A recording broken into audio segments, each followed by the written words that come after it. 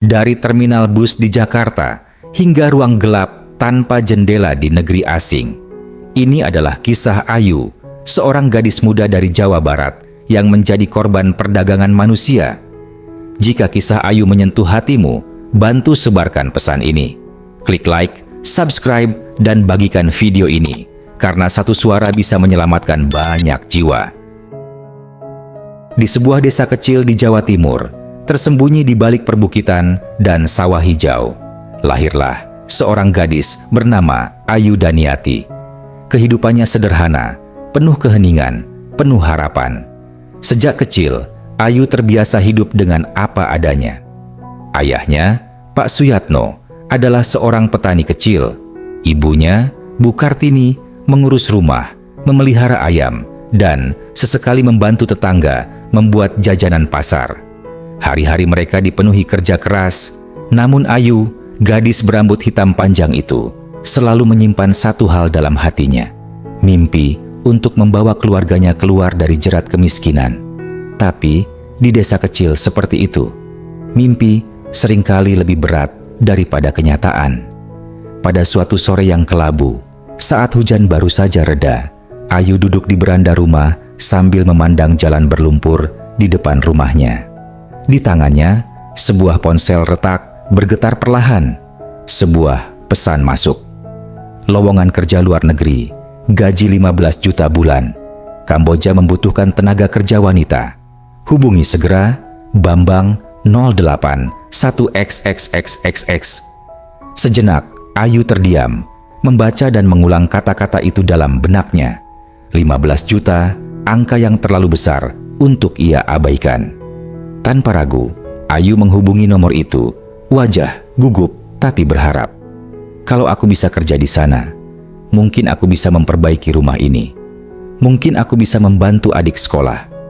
Gumam Ayu dalam hati. Ayu berbicara setengah berbisik dan suara ramah dan meyakinkan di seberang pun menjawab. Iya Mbak Ayu, cocok sekali. Di Kamboja itu kerjanya gampang. Jaga toko, kerja di kantor, gaji besar, kontrak resmi. Semua aman Bu, kami bantu paspor dan tiket. Suara di seberang terdengar menenangkan, terlalu menenangkan. Malam itu, Ayu tidak bisa tidur. Kepalanya penuh bayangan masa depan baru. Namun jauh di lubuk hatinya, ada rasa takut. Tapi, di dunia tempat Ayu tumbuh, ketakutan seringkali dikalahkan oleh kebutuhan. Ia akhirnya memutuskan, besok ia akan berangkat. Ia akan mengejar harapan yang selama ini hanya bisa ia mimpikan. Pagi itu, udara terasa lebih dingin dari biasanya. Di depan rumah, Ayu berdiri dengan satu tas kecil. Ibunya menggenggam tangan Ayu erat-erat, seakan tak ingin melepaskan. Yakin nak? Ibu takut, negeri orang itu jauh, tanya ibunya. Ayu menahan air mata. Yakin Bu, Ayu janji. Ayu akan kirim uang buat bapak dan ibu. Buat adik juga. Ayah Ayu diam, memalingkan wajah, menyeka mata dengan ujung sarung. Sebuah bus tua berhenti di depan jalan setapak.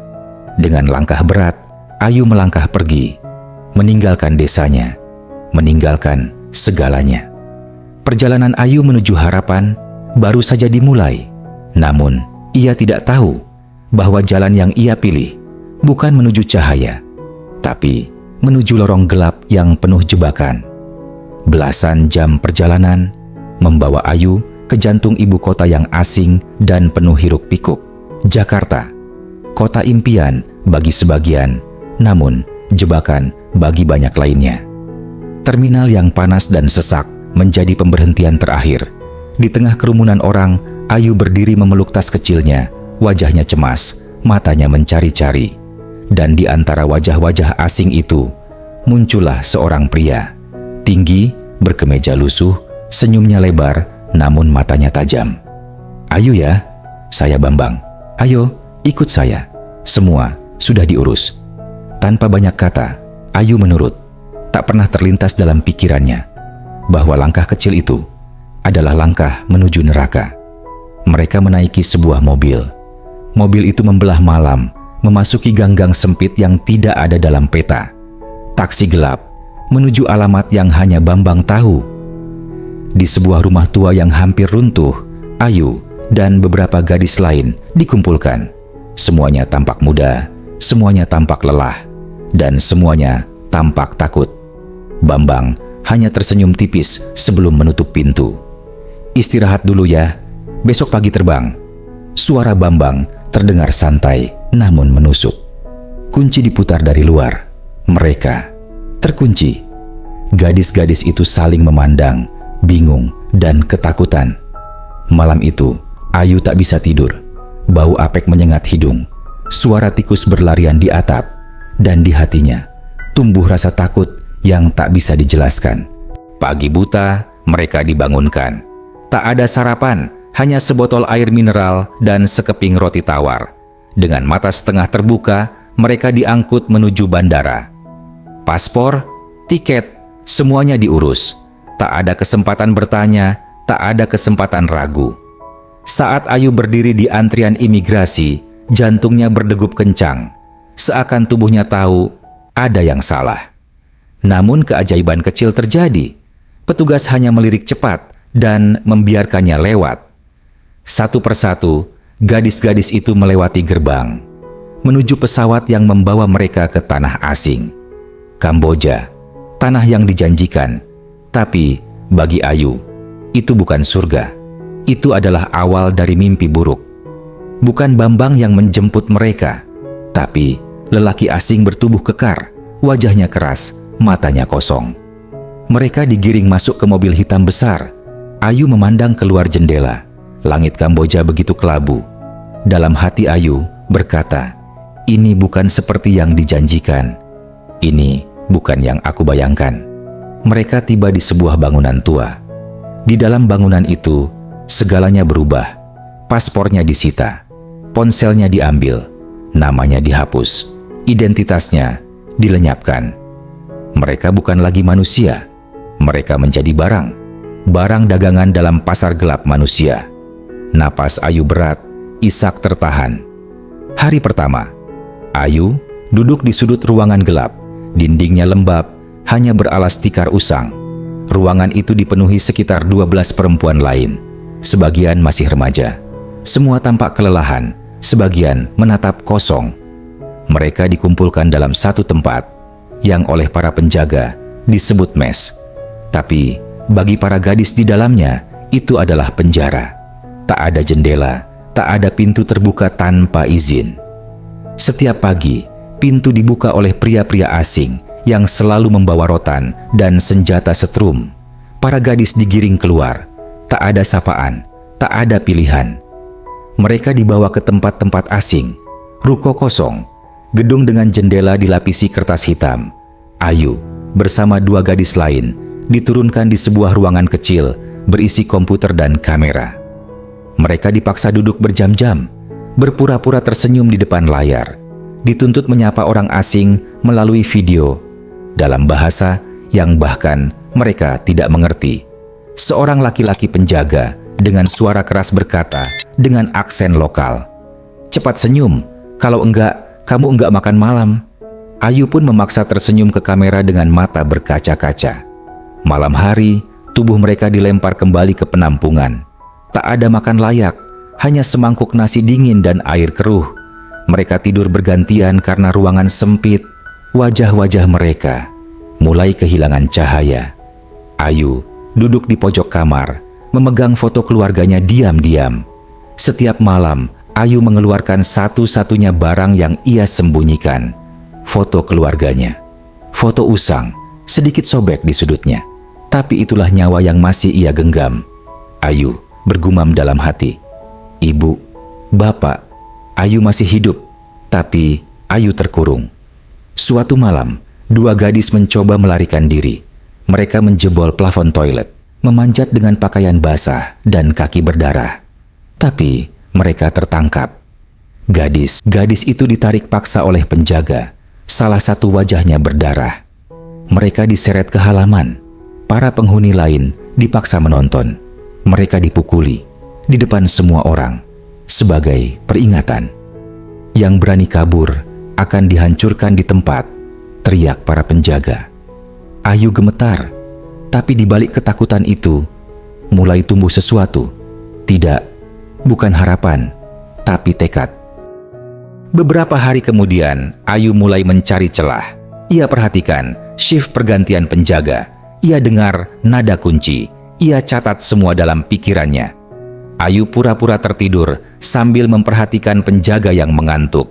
Ia tahu, sekali saja ia salah langkah, ia bisa seperti dua gadis itu, atau lebih buruk. Tapi ia juga tahu, kalau ia tidak kabur, ia akan mati perlahan. Ayu berkata dalam hati, aku harus keluar, harus, apapun risikonya. Malam demi malam, Ayu mempersiapkan diri, menghafal arah lorong, menandai waktu penjaga yang suka mabuk.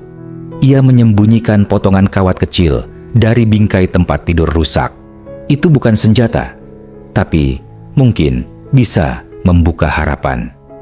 Dan malam itu, saat semuanya nyaris sunyi, Ayu mengambil langkah pertamanya menuju kebebasan. Malam itu pun tiba. Jam menunjukkan pukul 2:08. Para gadis terlelap karena kelelahan dan penjaga bergantian tidur dengan botol minuman keras di tangan. Dan Ayu menatap atap dengan mata terbuka lebar. Ayu kemudian bergerak perlahan berjongkok dekat pintu toilet, menggenggam sebuah potongan kawat. Ia menunggu momen yang telah ia pelajari berhari-hari.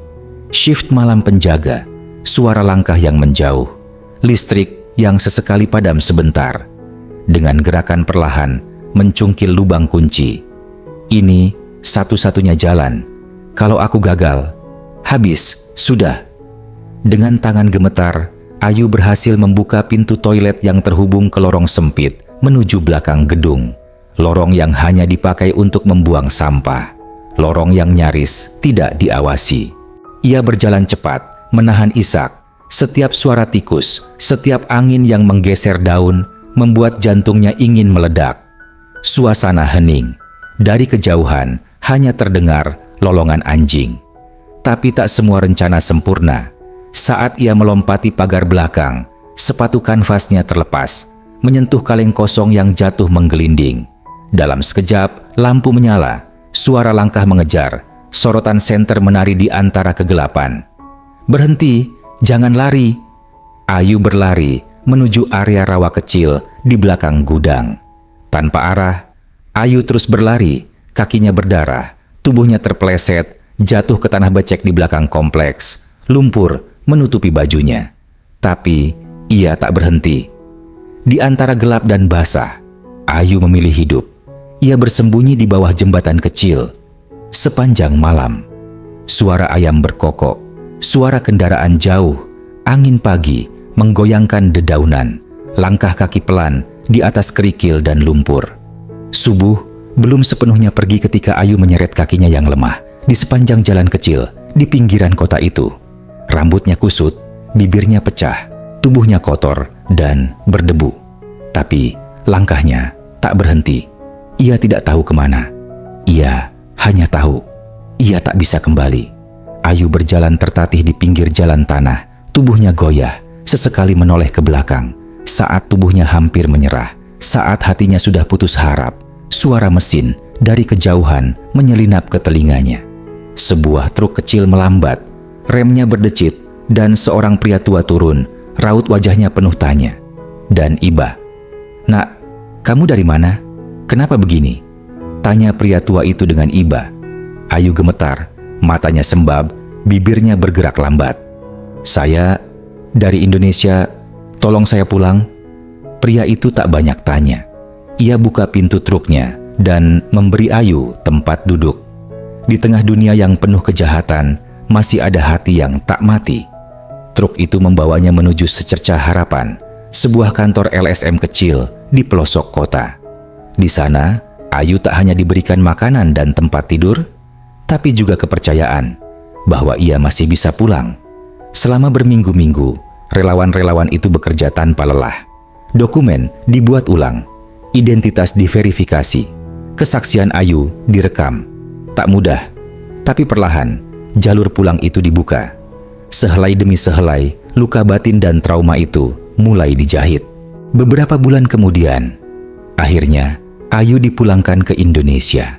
Di tengah hiruk-pikuk Bandara Soekarno-Hatta, sepasang kaki kecil menyentuh tanah air yang sempat terasa jauh, seperti mimpi.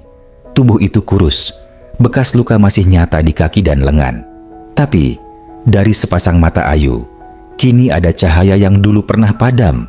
Ayu melangkah pelan dari area kedatangan. Wajahnya menunduk, namun sesekali ia menengadah, menghirup udara Indonesia dengan mata berkaca-kaca. Banyak orang menunggu kedatangannya. Wartawan dengan kamera di tangan berdiri menunggu Ayu. Mobil LSM mengantar Ayu ke sebuah desa kecil di Jawa Barat.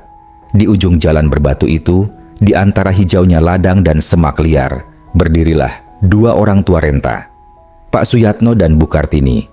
Orang tua yang setiap hari menyisakan piring kosong untuk anak gadisnya yang tak kunjung pulang. Ayu turun dari mobil. Ibu berlari tertatih, kain jaritnya mengepul. Air mata tumpah sebelum kata-kata. "Ayu, anakku, kamu pulang juga akhirnya?" Tak ada kata yang bisa mewakili pelukan itu. Semua luka seolah menemukan tempatnya untuk sembuh. Ayu menangis, ibunya menangis, bahkan tanah di bawah kaki mereka seperti ikut menghela napas lega. Wajah Ayu yang menempel di bahu ibunya, matanya tertutup, damai. Ayu kini hidup tenang bersama keluarganya. Ia menanam cabai bersama ayahnya, membantu ibunya membuat kue untuk dijual. Ia kembali jadi manusia. Tapi, tidak semua gadis seberuntung Ayu. Di balik layar sosial media, di balik iklan kerja yang menggiurkan, ribuan masih hilang, masih disekap, masih menjerit dalam diam. Perdagangan manusia bukan fiksi.